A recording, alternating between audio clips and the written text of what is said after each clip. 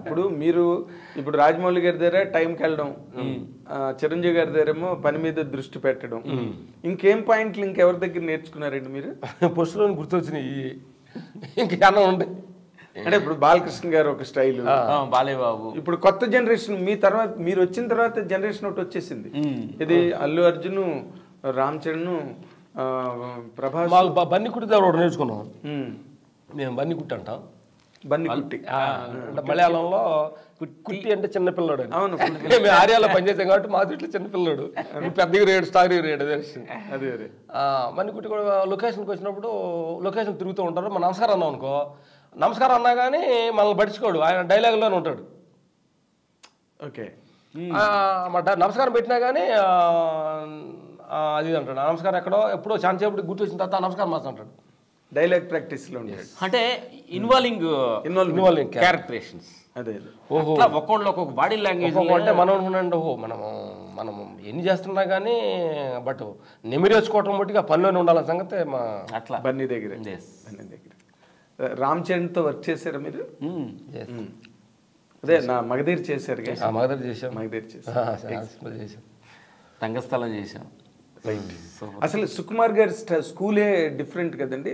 ఇప్పుడు ఈ స్కూల్స్, ఇప్పుడు రాజమౌళి గారిది ఒక కైండ్ ఆఫ్ స్కూలు, సుకుమార్ది ఆయనది ఒక డిఫరెంట్ స్కూలు, ఎవరు ఇప్పుడంతా డిఫరెంట్ స్టైల్స్ వచ్చేసాయి కదా.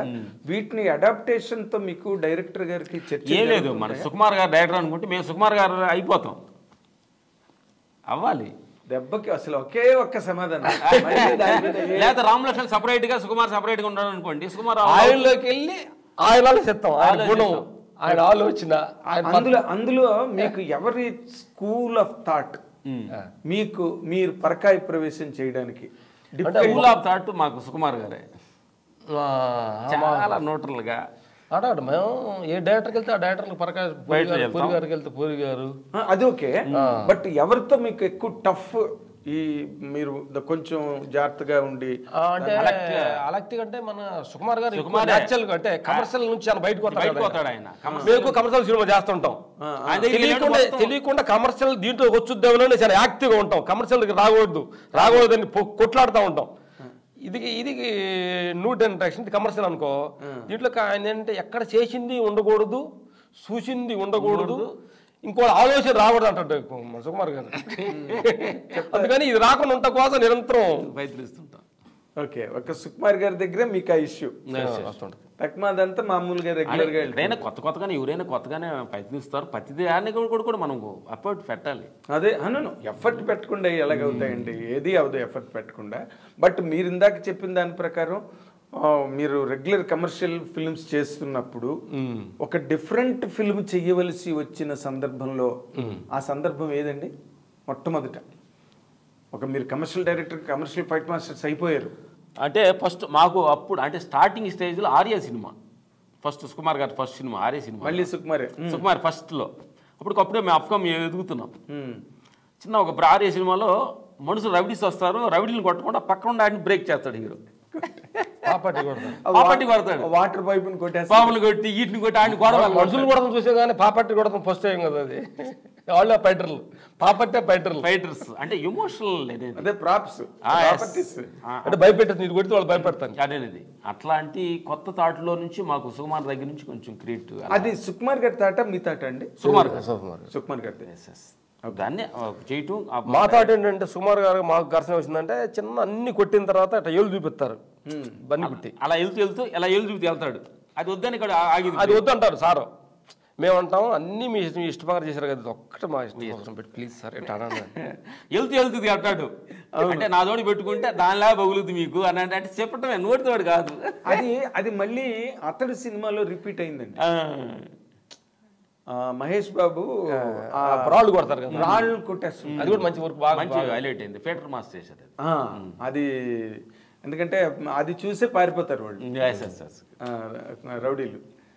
ఇప్పుడు మీకు ఇన్ జనరల్గా మీ ఈ డెవలప్మెంట్, ఈ ప్రోగ్రెస్, ఈ ప్రయాణంలోనండి ఈ స్టేజ్లో మీరు నిలబడ్డప్పుడు మీ ఫ్యూచర్ మీద మీకుండే ఆలోచన ఏంటి సార్?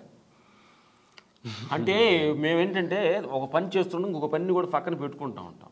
ఒక ఐడియాస్ పిక్చర్ ఆలోచనలు అన్నారు కదా, పిక్చర్ ఆలోచనలు ఏంటి అనేది మీరు పిక్చర్స్ కానీ మీ కెరీర్ కానీ మీ జీవితం కానీ ఏం ఆలోచన తెలుసుకోలేదు.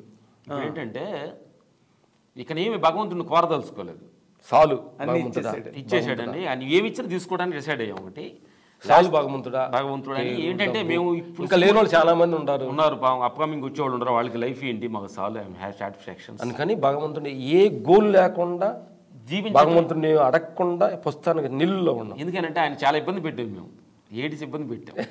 కొన్నాళ్ళ ఆయన కొంచెం డిస్టర్బెన్స్ లేకుండా వదిలేద్దాం అని డిసైడ్ అయ్యాం. భగవంతుడా ఆ డిస్టర్బెన్స్ పొద్దున దూకులు కోరినాం అనుకో, ఎందాక ఇస్తాడు ఆయన, ఇంకెంత కావాలన్నా, అందుకని పేరు కావాలన్నా సమాధానం అంటే ఇప్పుడు సడన్గా మీరు అడిగారు కాబట్టి చెబుతున్నాము. మాకు ఈ ఆత్మ పైనలో ఈ డ్రెస్ వేసుకోవడానికి రీజన్స్ కూడా కొన్ని ఉండాలి మనకి. సడన్గా ఏదో ప్యాంట్ జీన్స్ ప్యాంట్ వేసుకునే వాళ్ళు ఈ సడన్గా ఇలాంటి రోజులు ఎందుకు వేసుకుంటాం అంటానికి. అవును, అసలు అది నేను ఇంకా అడగబోతున్న సందర్భంలో వచ్చింది కాబట్టి ఇది కొంచెం మాకు చెప్పాలి ఇంట్రెస్ట్. గోల్ విషయం అనేది క్లియర్ అయిందా? ఇంకా మీరేమి దేవుణ్ణి ఇంకేమి అడగదలుచుకోలేదు, ఆయన డిస్టర్బ్ లేవు, ఏ కోరికలు లేవు, ఏ గోల్ తోటి లేవు, ఏ కోరికలు లేవు, ఏ కోరికలు లేవు, ఉన్నది చాలు అన్నారు. ఆయన ఏం డిస్టర్బెన్స్ తెలుసుకోలేదు.